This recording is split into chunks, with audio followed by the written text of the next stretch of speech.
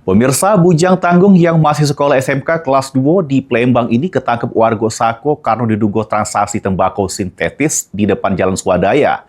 Warga sekitar resah karena selama ini tempatnya sering dijadi ke transaksi. Tapi nyumpur di jalan, aku di YouTube, nah di YouTube, tapi nyumpur bapak itu di jalan. Pacar kau? Ponakan masih. Ponakan? Iya. Dekat rumah kau dia balik? Main jauh lah. Video amatir ini selik ke penangkapan terhadap bujang berinisial F 16 tahun yang diduga nak transaksi tembakau sintetis di depan Jalan Swadaya, Kelurahan Sukamaju, Kecamatan Sako, Palembang. Siapa? Sama. Mana KTP kau? KTP kau lah. Menurut warga Swadaya, Parhan, pas digerebek, awalnya bujang asal Sri Mulia Sematang Borang tersebut mengaku nak bebala dengan Huong.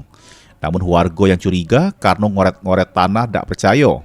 Sehingga pas diinterogasi akhirnya mengaku aman nak transaksi narkotika.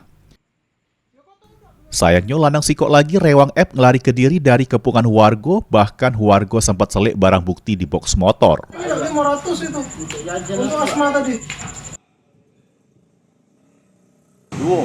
Sikok berlari. Sikoknya berlari, tidak sempat tertangkap. Memang sering uang transaksi di situ. Sering, wah kami ini memang galak ngejari budak-budak transaksi di situ. Seringnya kejadian dorong kami. Jadi itulah kami baru inilah ketangkep budaknya tuh kan. Warga mengaku sudah melama resah karena kawasan tersebut sering dijadi ke lokasi transaksi narkotika.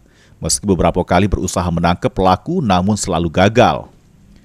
Sesudah diaman ke warga, F kemudian digelandang polisi ke Polsek Sako untuk menjalani pemeriksaan lebih lanjut. Mulyadi, PAL TV.